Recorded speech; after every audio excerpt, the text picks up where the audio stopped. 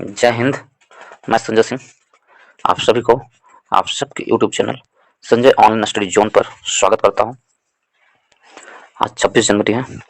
आप सभी को गणतंत्र दिवस की हार्दिक बधाई।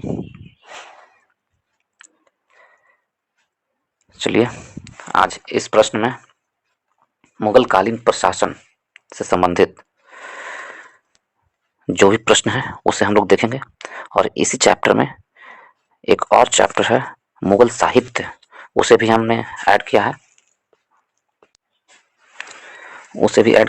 तो उसे भी हम लोग देखेंगे। यदि आप लोग को अच्छा लगेगा तो वीडियो को लाइक करें, शेयर करें और दोस्तों के ग्रुप में, एंड चैनल को सब्सक्राइब करना ना भूलें। और इससे पहले मध्यकालीन भारत का 12 वीडियो अपलोड कर चुका हूँ।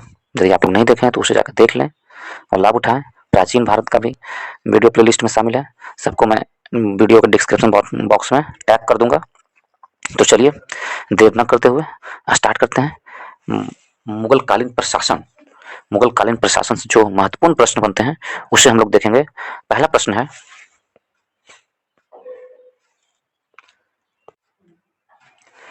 प्रश्न है मुगल प्रशासन के दौरान जिले को किस नाम से जाना जाता था? मुगल प्रशासन के दौरान जिले को किस नाम से जाना जाता था? आहर, बिस्यास, सूबा, सरकार। तो मुगल प्रशासन के दौरान जिले को सरकार के रूप में जाना जाता था। ऑप्शन नंबर डी मेरा सही आंसर होगा। जिला को सरकार कहा जाता था। ऑप्शन नंबर डी सही आंसर है। क्या कहा जाता था? सरकार। शासन की सुविधा के लिए प्रत्येक सूबा यानी प्रांत कई सरकारों में यानी जिलों में बटा होता था। सरकार को पुनः परगना या महल में विभाजित किया जाता था। जैसे अभी वर्तमान में देखें तो एक प्रांत यानी कि एक बिहार हो गया, जैसे एक राज्य हो गया, एक उत्तर प्रदेश हो गया, ये राज्य है, उसमें कई जिले हैं और कई जिलों में कई प्रखंड हैं। तो इस तरह से आज भी व्यवस्था की गई है और मुगल प्रशासन में भी यही व्यवस्था थी। तो उस समय जिले को क्या कहा जाता था? सरकार कहा जाता था। ऑप्शन नंबर डी मेरा सही आंसर होगा। नेक्स्ट प्रश्न चलते हैं प्रश्न नंबर 2 की ओर। प्रश्न नंबर 2 में कहा जा रहा है कि मुगल काल में जनपद यानी जिला क्या कहलाता था? मुगल काल में जनपद यानी जिला क्या कहलाता था? इक्ता, सरकार, तर्क, तर्फ या सुब्बा। तो ऑप्शन नंबर बी मेरा सही आंसर होगा। सरकार कहा जाता था। ऑप्शन नंबर बी सही है। नेक्स्ट प्रश्न चलते हैं प्रश्न नंबर 3 की ओर। प्रश्न नंबर 3 में कहा जा रहा है मुगल काल में सेना का प्रधान निम्न में से कौन था? तो मुगल काल में सेना का प्रधान को क्या कहा जाता था? शहना ए पील, मीर बख्शी, वजीर या शवाहे निगार। आंसर क्या होगा? ऑप्शन नंबर बी मेरा सही आंसर होगा। मीर बख्शी। मीर बख्शी होता है जो सेना का प्रधान हुआ करता था। मीर बख्शी सैन्य विभाग का प्रधान था और उच्च अधिकारी सहित सभी श्रेणियों का मनसबदार की नियुक्ति के आदेश इसी के द्वारा दिए जाते थे। घोड़ों को दागने एवं सिपाहियों को मुआयना करने का भी जिम्मा मीर बख्शी के ही हाथों में हुआ करता था। तो ऑप्शन नंबर बी मेरा सही आंसर होगा। नेक्स्ट प्रश्न में चलते हैं प्रश्न नंबर 4 की ओर। प्रश्न नंबर 4 में कहा जा रहा है कि मुगल शासन में मीर बख्शी का कर्तव्य था। क्या कर्तव्य था? मीर बख्शी क्या करते थे मुगल शासन में? 4 ऑप्शन है। किसानों को टैक्स वसूल करना, आय व्यय का लेखा करना, न्याय देना, भू राजस्व अधिकारियों का पर्यवेक्षण करना। तो ऑप्शन नंबर डी मेरा सही आंसर होगा। मीर बख्शी का कार्य था भू राजस्व अधिकारियों का पर्यवेक्षण करना। मुगल काल में मीर बख्शी का भू राजस्व अधिकारियों का पर्यवेक्षण करता था, साथ ही सैन्य विभाग के वेतन के लिए भी उत्तरदायी हुआ करता था। ठीक है, ऑप्शन नंबर डी मेरा सही आंसर होगा। नेक्स्ट प्रश्न में चलते हैं प्रश्न नंबर 5 की ओर। प्रश्न नंबर 5 में है निम्नलिखित में से किससे मुगल सेना में चिकित्सक नियुक्त किया गया था? मुगल सेना में किसे चिकित्सक नियुक्त किया गया था? ए में है वर्नियर को, बी में है कैरेरी को, सी में है मनुची को, डी में है टैरविनियर को। तो ऑप्शन नंबर सी मेरा सही आंसर होगा। निकोलाओ मनुची, पूरा नाम था क्या? निकोलाओ मनुची को मुगल सेना में चिकित्सक नियुक्त किया गया था। निकोलाओ मनुची को। और ये कहाँ के थे? ये इटली के यात्री थे, इतावली थे।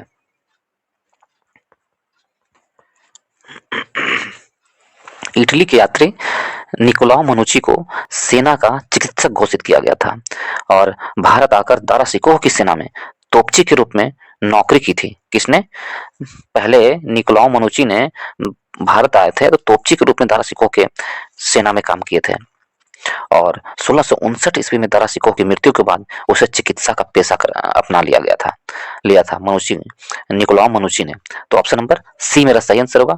मुगल सेना में चिकित्सक नियुक्त किया गया था किसे? मनुची को, निकोलाउ मनुची को। ऑप्शन नंबर सी मेरा सही आंसर होगा। नेक्स्ट प्रश्न में चलते हैं, प्रश्न नंबर 6 में। प्रश्न नंबर 6 में देखते हैं हम लोग। 6 में है कि कुछ कथन दिए हुए हैं, कौन सा कथन सही है वो हमसे पूछा जा रहा है और किसके लिए? तो आदि आदि अथवा दाखिल उसी को कहते हैं के घुड़सवार सिपाही थे। आदि और दाखिल के घुड़सवार सिपाही कौन होते थे? जिन्होंने अपनी सेवाएं एकाकी प्रावधान की। दूसरा, जिन्होंने किसी सरदार के साथ अपने को संलग्न नहीं किया वो कहलाते थे आदि घुड़सवार, या सम्राट ही जिसका आसन कर्नल था। और 4 में है जिन्होंने अपने को मिर्जाओं के साथ संलग्न किया था। तो 1 2 3 सही है, 1 सही है, 2 सही है, 3 सही है।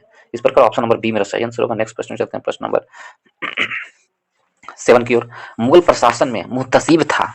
मुहतसिब कौन था मुगल प्रशासन में? मुगल प्रशासन में मुहतसिब किसे कहा जाता था? सेना के अधिकारी को, विदेश विभाग का मुख्य को बी में, सी में है लोक आचरण अधिकारी को, या पत्र व्यवहार विभाग का अधिकारी को डी में। तो ऑप्शन नंबर सी मेरा सही आंसर होगा। लोक आचरण अधिकारी को मुहतसिब कहा जाता था। मुगल प्रशासन में मुहतसिब जन आचरण यानी लोक आचरण के निरीक्षण विभाग का प्रधान को मुहतसिब कहा जाता था। ठीक है, ऑप्शन नंबर सी मेरा सही आंसर होगा। क्या होगा? ऑप्शन नंबर सी सही आंसर है। नेक्स्ट प्रश्न में चलते हैं, प्रश्न नंबर 8 की ओर।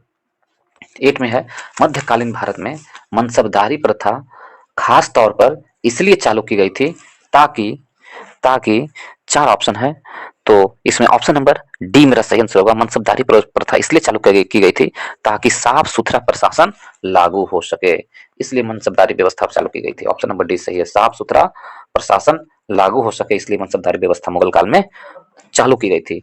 नेक्स्ट प्रश्न चलते हैं, प्रश्न नंबर 9 की ओर। 9 में कहा जा रहा है, 9 नंबर प्रश्न में है निम्नलिखित बातों में से कौन एक मुगल मनसबदारी व्यवस्था के विषय में सत्य नहीं है? इसमें 33 वर्ग थे, गलत है। इसमें 33 वर्ग नहीं हुआ करते थे, ये गलत है। और उन्हें मशरूत अथवा सशर्त पद प्राप्त होते थे, ये भी गलत है। मशरूत एवं सशर्त प्राप्त नहीं होते थे। और उनको सत्य नहीं है, सॉरी, ये सही है। इसमें 33 वर्ग होते थे, सही है। इसमें मशरूत एवं अथवा सशर्त पद प्राप्त होते, ये भी सही है। इनका सवार पद जात पद से अधिक हो सकता था, ये गलत है। और समस्त कार्यकारी एवं सैन्य अधिकारी को मनसब प्रदान किए जाते थे, तो ऑप्शन नंबर डी भी सही है। कौन गलत है? ऑप्शन नंबर सी सही गलत है। तो हमसे कहा कौन सही नहीं है? ऑप्शन नंबर सी सही नहीं है। सवार पद जात पद से अधिक हो सकते थे, ये गलत है। अकबर ने 40वें वर्ष में जात एवं सवार जैसे दोहरी व्यवस्था लागू किए थे। कब? 40वें वर्ग में। ठीक है, जिस मनसबदारी ने अपने जात का व्यक्तिगत दर्जे के अनुरूप सवार रखने की अपेक्षा की जाती थी, न कि आधे से अधिक। तो ऑप्शन नंबर सी गलत है। नेक्स्ट प्रश्न चलते हैं, प्रश्न नंबर 10 की ओर। 10 में कहा जा रहा है मुगल मनसबदारी व्यवस्था के बारे में कथनों पर विचार कीजिए एवं नीचे दिए गए कूट से सही उत्तर चुनिए। जात एवं सवार पद प्रदान किए जाते थे, ये बिल्कुल सही है। जात एवं सवार पद प्रदान किए जाते थे, सही तो है। जात एवं सवार पद प्रदान किए जाते थे, ये सही है। मनसबदारी अनुवांशिक अधिकारी होते थे, ये गलत है। मनसबदार अनुवांशिक अधिकारी नहीं हुआ करते थे। मनसबदारों के 3 वर्ग होते थे, तो ये भी सही है। मनसबदारों के 3 वर्ग हुआ करते थे। दीवान कार्यालय द्वारा उनको वेतन दिया जाता था, ये गलत है। तो ऑप्शन नंबर कौन सही होगा? 1 और 3 सही है। तो इस प्रकार यदि हम ऑप्शन देखें 1 और 3, ऑप्शन नंबर डी मेरा सही आंसर होगा। 1 और 3 किसमें है? डी में है। तो नेक्स्ट प्रश्न में चलते हैं, प्रश्न नंबर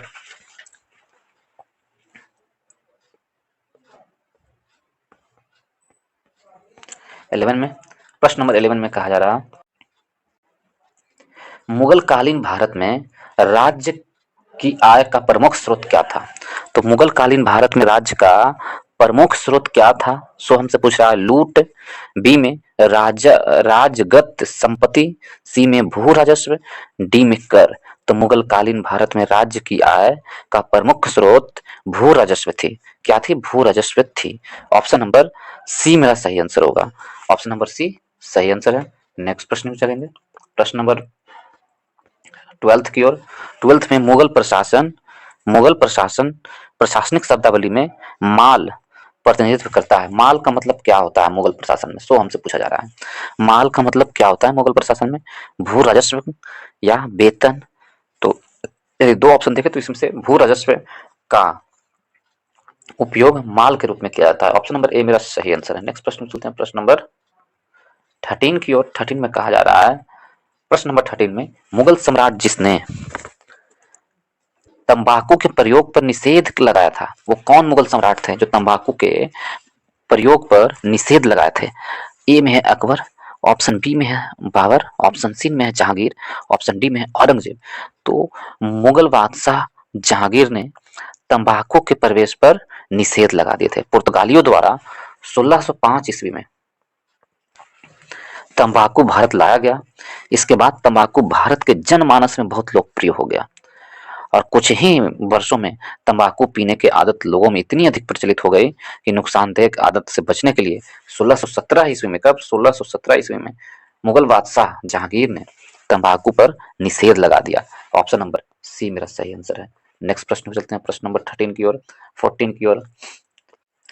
14th में कहा जा रहा है मुगल प्रशासन में मदद ए माशा या मदद ए माश इंगित करता है। मुगल प्रशासन में मदद ए माश किसे इंगित करता है? चुंगी कर को, विद्वानों को दिए जाने वाली राजस्व मुक्त अनुदत्त भूमि को, या सैन्य अधिकारियों को दी जाने वाली पेंशन को, या बुवाई कर को। तो ऑप्शन नंबर बी मेरा सही आंसर होगा। विद्वानों को दी जाने वाली राजस्व मुक्त अनुदत्त भूमि को मदद ए माश कहा जाता है। मदद ए माश कहा जाता है या इसे सरी सयूरगल भी कहा जाता है। मदद ए माश को सयूगल भी कहा जाता है। जो विद्वानों को या धार्मिक लोगों को दी जाने वाले राजस्व में मुक्त अनुदान भूमि जो हुआ करते थे उसे मदद ए माश कहा जाता है या सयूरगल भी कहा जाता है। ऑप्शन नंबर सी में, ऑप्शन नंबर बी मेरा सही आंसर होगा। ऑप्शन नंबर बी सही आंसर है। नेक्स्ट प्रश्न में चलते हैं प्रश्न नंबर 15 की ओर। प्रश्न नंबर 15 में कहा जा रहा है मध्यकालीन भारत के ऐतिहासिक स्रोत में चकला शब्द का प्रयोग हुआ है। चकला शब्द का प्रयोग किस लिए किया गया था? चकला मतलब क्या होता है मध्यकालीन भारत में? परगना के समानार्थी था या सरकार के समानार्थी था, सूबा और परगना के बीच की क्षेत्रीय इकाई था लेकिन सरकार से समानार्थी नहीं था। ऑप्शन डी में है उपलिखित में से कोई नहीं है। तो ऑप्शन नंबर सी मेरा सही आंसर है। ऑप्शन चकला मतलब होता है सूबा और परगना के बीच की क्षेत्रीय इकाई था लेकिन सरकार के समानार्थी नहीं था। ऑप्शन नंबर सी चकला का मतलब होता है। नेक्स्ट प्रश्न में चलते हैं प्रश्न नंबर 16 की ओर। ये कथन है और कारण दिए हुए हैं, इसमें से कौन सही है कौन गलत है ये दिखाना है हमें। तो चलिए 16 में कहा जा रहा है कथन ए में है, कथन ए में है कि मुगल काल में मनसबदारी प्रथा विद्यमान थी। कथन तो सही है, मुगल काल में मनसबदारी प्रथा विद्यमान थी, ये सही है।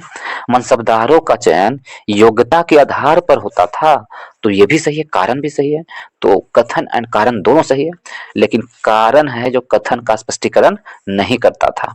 तो ऑप्शन नंबर बी मेरा सही आंसर होगा। कथन और कारण दोनों सही है परंतु कारण कथन को स्पष्ट नहीं करता है, इसलिए ऑप्शन नंबर बी मेरा सही आंसर होगा।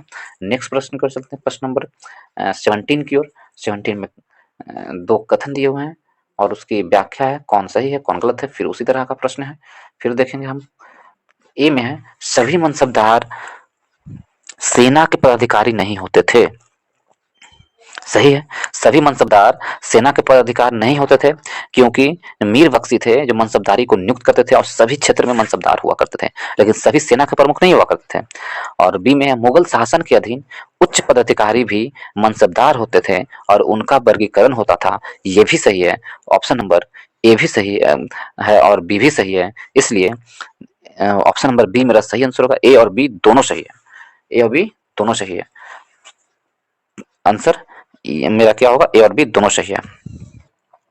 इसमें कहा जा रहा है अबुल फजल के आईन अकबरी से ज्ञात होता है कि मनसबदारों की 66 श्रेणियां थी। कितनी? 66 श्रेणियां थी, 66। यह श्रेणियां 10 से लेकर 10,000 तक होती थी, परंतु इस व्यवस्था के अंतर्गत केवल 33 श्रेणियां प्रचलित थी। ठीक है, तो मनसबदारी व्यवस्था अकबर अपने शासनकाल में प्रारंभ किया था। कब? तो अकबर ने अपने शासनकाल में प्रारंभ किया था। असैनिक अधिकारी को भी मनसब प्रदान किए जाते थे, तो इसलिए सभी मनसबदार सेना के पदाधिकारी नहीं होते थे। ये सही है, तो ऑप्शन नंबर बी मेरा सही आंसर होगा। ए और बी दोनों सही है। नेक्स्ट प्रश्न पे चलते हैं, प्रश्न नंबर 18 की ओर। प्रश्न नंबर 18 में है, निम्नलिखित राजाओं में से किसने राम सीता की आकृतियों और राम सिया देवनागरी लेख से युक्त कुछ सिक्के चलाए थे? वो कौन थे जो राम सीता के सिक्के, राम सीता की आकृतियां और राम सिया सी देवनागरी लेख के युक्त सिक्के चलाए थे? ए में है भोज, बी में है सिद्धराज जयसिंह, सी में जैन उल आबिदीन, डी में अकबर। तो ऑप्शन नंबर डी मेरा सही आंसर होगा। अकबर ने राम सीता आकृतियों और रामसिया देवनागरी लेख से युक्त सिक्के चलाए थे। सम्राट अकबर थे। ऑप्शन नंबर डी सही आंसर है। नेक्स्ट प्रश्न में चलते हैं, प्रश्न नंबर 19 की ओर। 19 में कहा जा रहा है, मुगल शासन में तांबे का सिक्का कहलाता था। तो मुगल शासन में तांबे का सिक्का को क्या कहा जाता था? ए में, ऑप्शन ए में रुपया, ऑप्शन बी में दाम, सी में दिया हुआ टंका, डी में समसी। तो मुगल शासन में तांबे के सिक्के को दाम कहा जाता था। क्या कहा था? दाम। ऑप्शन नंबर बी मेरा सही आंसर होगा। यदि मुगल शासन में कौन कौन सिक्के ढाले जाते थे, तो मुगल शासन के टकसालों में सोने के सिक्के डाले जाते थे, चांदी के सिक्के और तांबे के सिक्के डाले जाते थे। चांदी के सिक्के को क्या कहा जाता था? रुपया कहा जाता था। रुपया चांदी के सिक्के को कहा जाता था मुगल शासन में। ठीक है, और दाम तांबे के सिक्के को कहा जाता था। और जो तांबे के सिक्के का प्रचलन अकबर ने अपने शासनकाल में शुरू किए थे, जिसे दाम नाम दिए, जो रुपये के यानी कि चांदी के सिक्कों के 40वें भाग के बराबर हुआ करता था। तो ऑप्शन नंबर बी मेरा सही आंसर होगा। नेक्स्ट प्रश्न में चलते हैं, प्रश्न नंबर 20 की ओर। यदि 20 नंबर प्रश्न में देखें, प्रश्न नंबर 20 में है, निम्नलिखित में से किस शासक ने शाहरुख नामक चांदी का सिक्का चलाया था? वो कौन सा शासक था मुगल काल के जो शाहरुख नामक चांदी का सिक्का चलाया था? ऑप्शन ए में है अकबर ने, option B Babur, option C Humayun, या ऑप्शन डी शाहजहां। तो ऑप्शन नंबर बी मेरा सही आंसर होगा। बाबर ने चांदी और तांबे के सिक्का चलाया था, और तांबे के सिक्के को शाहरुख, चांदी के सिक्के को शाहरुख कहा जाता था। तांबे के सिक्के को क्या नाम रखा था? शाहरुख। ऑप्शन नंबर बी मेरा सही आंसर होगा। वो बाबर शासक था। तो ऑप्शन नंबर बी सही आंसर है। नेक्स्ट प्रश्न चलते हैं, प्रश्न नंबर 21 की ओर। 21 में कहा जा रहा है, मध्यकाल में बटाई शब्द का अर्थ था। तो मध्यकाल में बटाई शब्द का अर्थ क्या था? बटाई का अर्थ क्या था? धार्मिक कर था। ऑप्शन बी में लगान निर्धारण का तरीका था, ऑप्शन सी में धन कर था, ऑप्शन डी में संपत्ति कर था। तो मध्यकाल में बटाई शब्द का अर्थ है लगान निर्धारण का तरीका। लगान निर्धारण का तरीका को बटाई कर कहा जाता था मध्यकाल में। ऑप्शन नंबर बी मेरा सही आंसर होगा। नेक्स्ट प्रश्न में चलते हैं, प्रश्न नंबर 22 की ओर। 22 में, और ये मुगल प्रशासन से अंतिम प्रश्न होगा। मुगल प्रशासन चैप्टर से अंतिम प्रश्न होगा। यदि आप लोगों को वीडियो अच्छा लगा हो दोस्तों, तो दोस्तों के ग्रुप में शेयर करें, वीडियो को लाइक करें, और चैनल को सब्सक्राइब करना ना भूलें, और बेल आइकन को भी दबा लें दोस्तों, ताकि जो भी वीडियो मैं अपलोड करूं आप लोग को सबसे पहले प्राप्त हो। तो चलिए अंतिम प्रश्न को देखते हैं, उसके बाद नेक्स्ट चैप्टर स्टार्ट करेंगे, मुगल साहित्य स्टार्ट करेंगे उसके बाद। तो अंतिम प्रश्न क्या है दिया हुआ? अकबर के शासनकाल में दक्कन में निम्न पद्धतियों में से कौन सा भू राजस्व वसूल का प्रचलन आधार था? 4 ऑप्शन है। किस पद्धति से भू राजस्व को वसूल किए जाते थे, ये हमसे प्रश्न पूछा गया है। कनकुट के द्वारा, ऑप्शन ए में, बी में हल की संख्या द्वारा, सी में जब्त द्वारा, और डी में गल्ला बख्शी द्वारा। तो ऑप्शन नंबर बी मेरा सही आंसर होगा, हल की संख्या द्वारा। किसके द्वारा? हल की संख्या द्वारा, टोडर मल द्वारा भू राजस्व वसूल की व्यवस्था की पद्धति स्थापित की गई थी। लेकिन दक्कन में इस प्रकार की व्यवस्थित पद्धति का अभाव था, इस दौरान दक्कन के किसान प्रति हल यानी हल की संख्या के आधार पर राज्य को भू राजस्व का भुगतान करते थे। ऑप्शन नंबर बी मेरा सही आंसर होगा। हल की संख्या के आधार पर भू राजस्व की भुगतान करते थे। ऑप्शन नंबर बी सही आंसर है। तो चलते हैं अगली चैप्टर की ओर। अगला चैप्टर है मुगल कालीन साहित्य। मुगल कालीन साहित्य से जो भी इंपॉर्टेंट प्रश्न होंगे वो हम लोग देखेंगे और उस पर विचार करेंगे और हम लोग कोशिश करेंगे बनाने की कितना हम लोग से बनता है। तो चलिए फर्स्ट प्रश्न की ओर चलते हैं हम लोग। पहला प्रश्न है मुगल कालीन इतिहास में बाबरनामा का अंग्रेजी अनुवाद किसने किया था? तो बाबरनामा का अंग्रेजी अनुवाद 4 ऑप्शन है, लेडेन और रस्किन ने, ऑप्शन बी में विलियम हॉकिंस ने, ऑप्शन सी में फिंच ने, ऑप्शन डी में विलियम जोन्स ने। तो बाबरनामा का अंग्रेजी अनुवाद लेडेन और रस्किन ने किया था। ऑप्शन नंबर ए मेरा सही आंसर होगा। मुगल साहित्य से काफी प्रश्न पूछे जाते हैं दोस्तों, हर एग्जाम में एक ना एक प्रश्न पूछे ही जाते हैं, तो इसलिए ये काफी इंपॉर्टेंट चैप्टर हो गया है। मुगल साहित्य या मुगल प्रशासन काफी इंपॉर्टेंट है, इसे एक दो बार जरूर देखें। अब जो प्रश्न पूछे जाते हैं मध्यकालीन भारत से, तो ऐसे ही प्रश्न पूछे जाते हैं ताकि ये प्रश्न एग्जाम के लेवल को बढ़ा देता है। तो इस प्रश्न को काफी ध्यान से देखें ताकि एग्जाम में आए तो हम लोग उसे हल कर सके। तो इसका ऑप्शन क्या होगा? लेडेन और रस्किन ने। बाबर का जो बाबरनामा था वो किस भाषा में लिखा हुआ था? तुर्की भाषा में लिखा हुआ था। और बाबर ने स्वयं ये इस बुक को लिखा था जो कि बाबरी नाम से है। तो प्यादा खां और अब्दुल रहीम खान खाना ने फारसी में इसको अनुवाद किया था। प्यादा खां और अब्दुल रहीम खान खाना ने बाबर के जो तुर्की में लिखी हुई बाबरनामा था उसे फारसी में अनुवाद किया था। कौन कौन?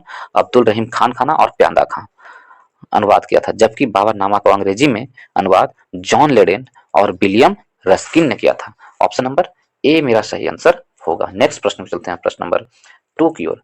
प्रश्न नंबर 2 में कहा जा रहा है गुलबदन बेगम पुत्री थी, किसकी पुत्री थी गुलबदन बेगम? काफी इंपॉर्टेंट प्रश्न ये है। बाबर की पुत्री थी, ऑप्शन बी में हुमायूं की पुत्री थी, ऑप्शन सी में शाहजहां की पुत्री थी, ऑप्शन डी में औरंगजेब की पुत्री थी। तो गुलबदन बेगम बाबर की पुत्री थी। ऑप्शन नंबर ए मेरा सही आंसर होगा। और हुमायूं की बहन थी गुलबदन बेगम।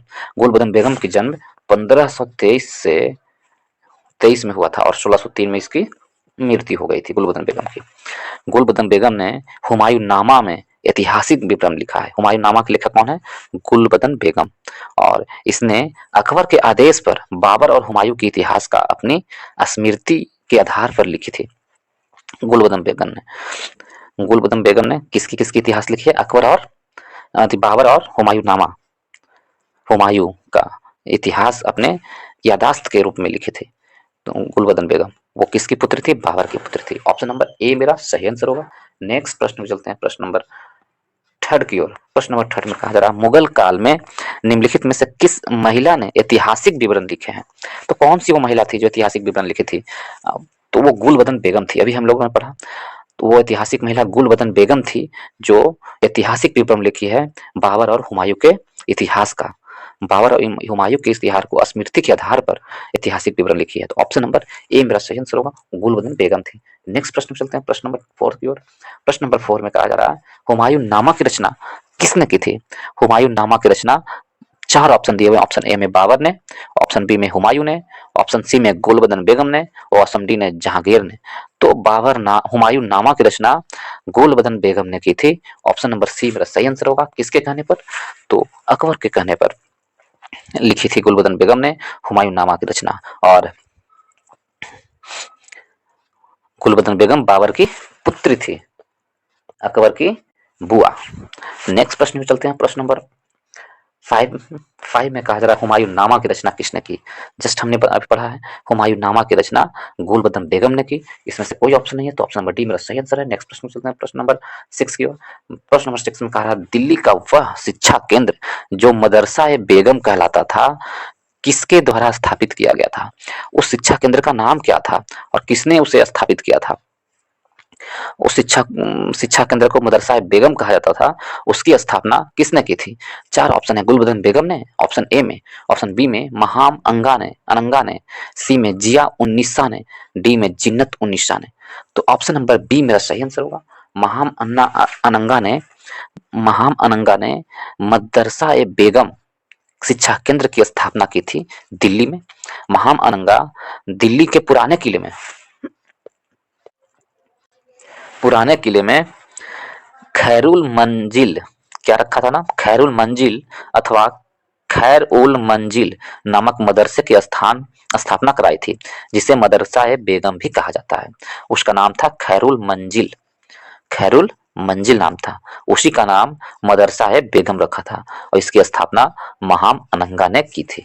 ऑप्शन नंबर बी मेरा सही आंसर होगा। नेक्स्ट प्रश्न में चलते हैं, प्रश्न नंबर 7 की ओर। 7 में है, निम्नलिखित में से किसने हितोपदेश का फारसी में अनुवाद किया था? हितोपदेश का फारसी में अनुवाद करने वाला कौन इतिहासकार है? तो चार ऑप्शन है, दारा शिकोह, ऑप्शन बी में फैजी, ऑप्शन सी में अब्दुल कादिर बदायूं, ऑप्शन डी में ताजुल माली। तो मेरा आंसर होगा ऑप्शन डी, ताजुल माली ने हितोपदेश का फारसी में अनुवाद किया था। अकबर के शासनकाल में हितोपदेश का फारसी में अनुवाद मुफर्री अल कुलूब के नाम से, हितोपदेश का फारसी में अनुवाद का शीर्षक क्या था, उसका नाम क्या रखा गया था? मुफर्री अल कुलूब रखा गया था और इसकी रचना फारसी में ताजुल माली द्वारा की गई थी। ऑप्शन नंबर डी मेरा सही आंसर होगा। इसका अनुवाद फारसी में किया था हितोपदेश का ताजुल माली ने। ऑप्शन नंबर डी सही आंसर है। नेक्स्ट प्रश्न में चलते हैं, प्रश्न नंबर 8 में। ये मैचिंग वाला प्रश्न है दोस्तों, एक सूची 1 सूची 2 से मिलान कीजिए। देखें हम लोग सूची 1 में क्या है और सूची 2 में क्या है, उसे एक दूसरे से मैच करना है। यदि हम लोग देखेंगे हसन निजामी में क्या लिखे थे, तो हसन निजामी ने ताजुल मासरी के लेखक कौन थे? हसन निजामी ताजुल मासरी के लेखक थे और इसे ताजुल माली के लेखक कौन थे? हसन निजामी, ठीक है। और ख्वादमीर ने क्या लिखा था? हुमायूं नामा के लेखक कौन थे? हुमायूं नामा को अनुवाद किए थे किसने? तो हुमायूं नामा को ख्वादमीर। मोहम्मद काजिम आलमगीर नामा के लेखक हैं, मोहम्मद काजिम आलमगीर नामा। और भीमसेन नुस्खा ए दिलकुशा के लेखक हैं भीमसेन। ऑप्शन नंबर 2 हो गया। तो इस प्रकार ए का 4, बी का 3, सी का 1 और डी का 4। तो इस प्रकार ए का 4 देखें, ए का 4 एक ही में है, तो ऑप्शन नंबर ए मेरा सही आंसर होगा। यदि हम फिर से इसको एक बार पढ़ना चाहें तो एक बार फिर से पढ़ दीजिए। हसन निजामी ने ताजुल मासरी के लेखक कौन है? हसन निजामी। ख्वादमीर, हुमायूं नामा, मोहम्मद काजिम आलमगीर नामा और भीमसेन नुस्खाए दिलकुशा। तो नेक्स्ट प्रश्न में चलते हैं, प्रश्न नंबर 7 की ओर। प्रश्न नंबर 7 में कहा जा रहा है, सुमेलित करें पुस्तकों के नाम और उनके लेखकों से और निम्न कोट को सही उत्तर दें। तो ये पुस्तक है और कुछ लेखक हैं। आलमगीर नामा के लेखक कौन है? अभी हम लोग ने पढ़ा है। तो आलमगीर नामा नामक पुस्तक के लेखक काजिम ने किया था, मिर्जा मोहम्मद काजिम। अभी जस्ट हम लोग ने ऊपर पढ़ा है, मोहम्मद काजिम या मिर्जा मोहम्मद काजिम ने आलमगीर नामा पुस्तक के लेखक है। कौन है? मिर्जा मोहम्मद काजिम। तो मुंशी मोहम्मद काजिम इसमें लिखा हुआ है। तो एक का दो किस में है? तो ऑप्शन नंबर डी में है। एक ही से हमारा आंसर मिल गया। तो इस प्रकार ऑप्शन नंबर डी मेरा सही आंसर हुआ। लेकिन पढ़ देते हैं एक बार। तबकात अकबरी के लेखक कौन है? निजामुद्दीन अहमद। तबकात अकबरी के लेखक निजामुद्दीन अहमद। चार चमन के लेखक कौन है? चंद्रभान ब्राह्मण, चार चमन। और इकबाल नामा जहांगीरी के लेखक कौन है? तो मुअत्तमद खां है, जो इकबाल नामा जहांगीरी लेखक है। तो इस प्रकार ऑप्शन नंबर डी मेरा सही आंसर होगा। नेक्स्ट प्रश्न में चलते हैं, प्रश्न नंबर 10 की ओर। प्रश्न नंबर 10 में कहा जा रहा है कि तबकात अकबरी किसने लिखी थी?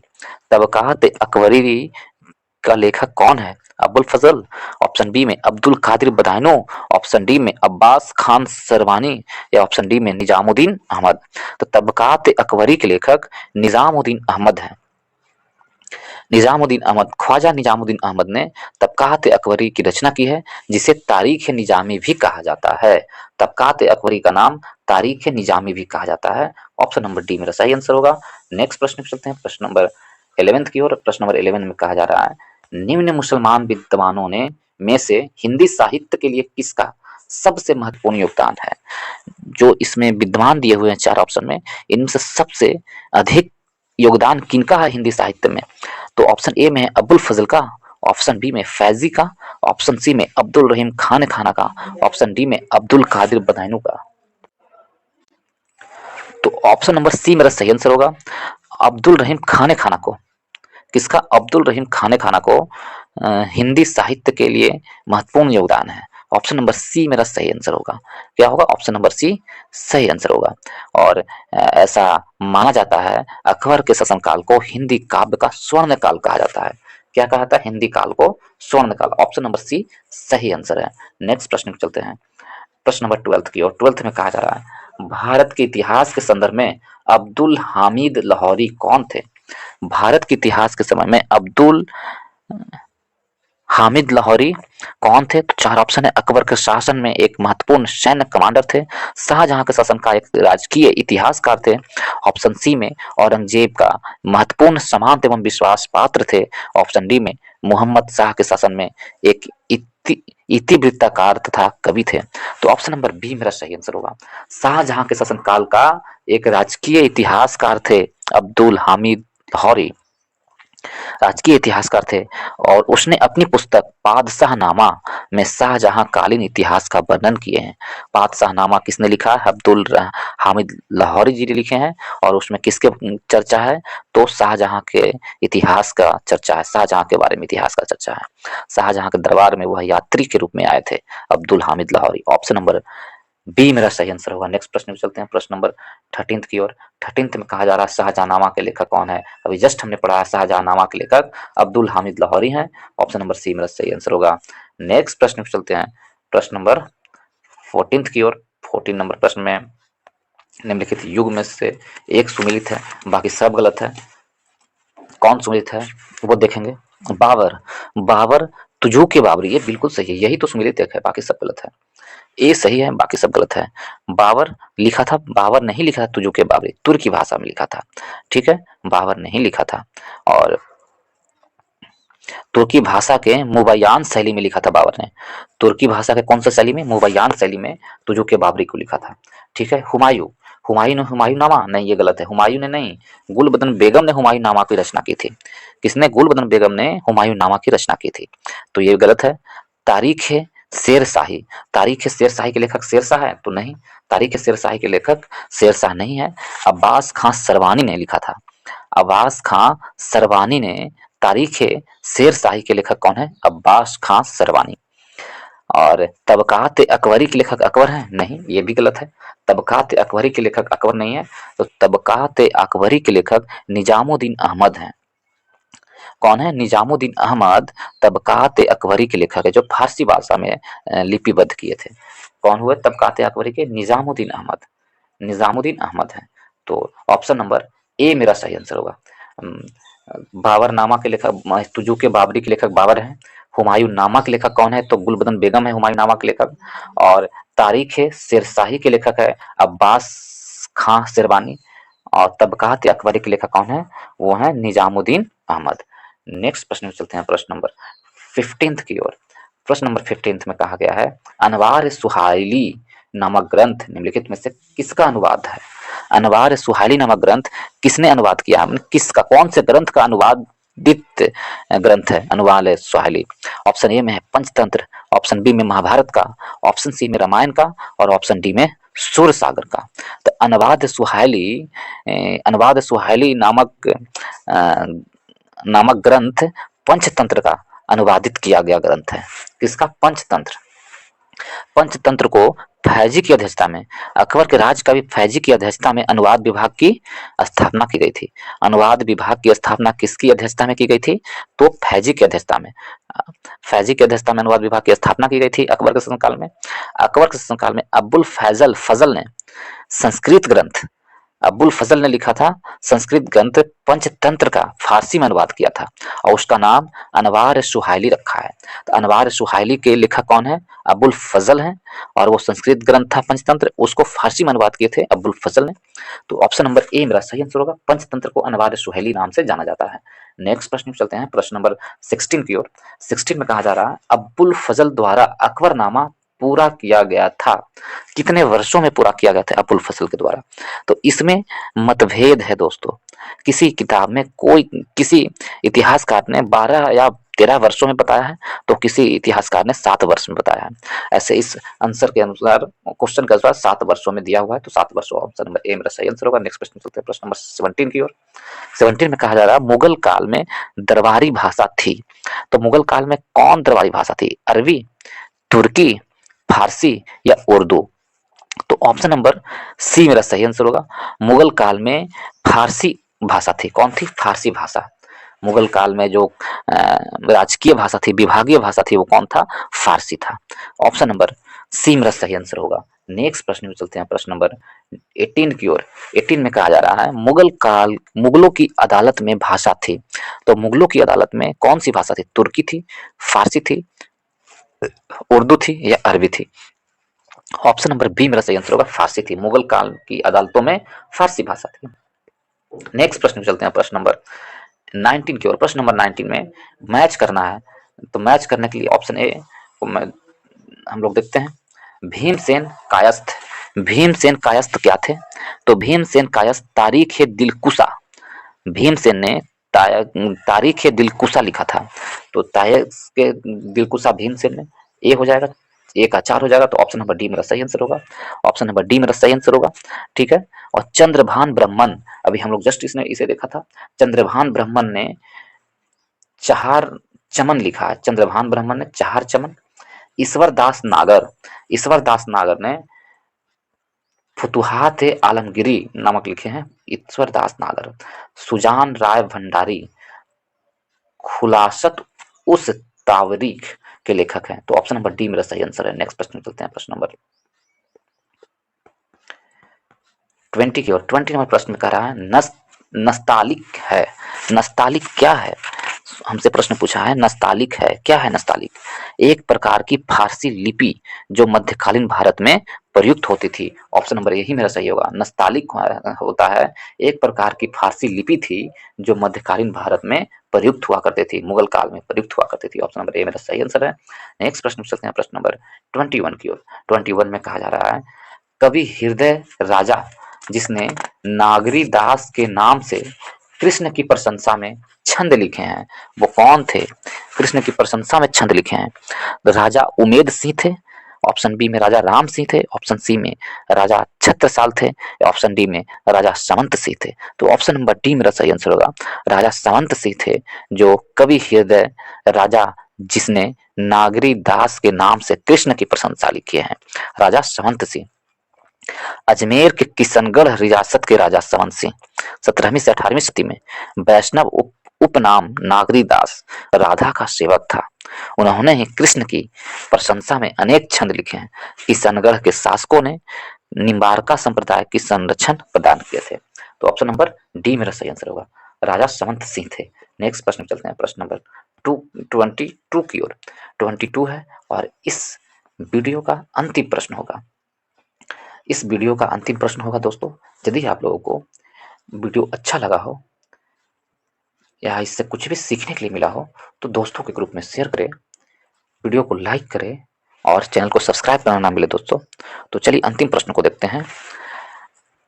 निम्नलिखित में से किस एक ने महत्वपूर्ण कृतियां रामचंद्रिका एवं रस की प्रिया की रचना की है? रामचंद्रिका और रस की प्रिया की रचना किसने किया है? ऑप्शन ए में है केशव, ऑप्शन बी में है मतीराम, ऑप्शन सी में है रस खान, ऑप्शन डी में है सेनापति।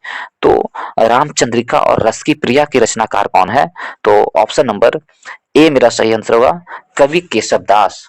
कवि केशव दास हैं जो रस की प्रिया एवं रसिक प्रिया एवं रामचंद्रिका नामक पुस्तक लिखे हैं, महत्वपूर्ण कृतियां लिखी हैं। हिंदी कविता के रीतिकालीन कवि थे कवि केशव दास। इनका कार्यकाल 1555 से 1617 ईस्वी तक रहा।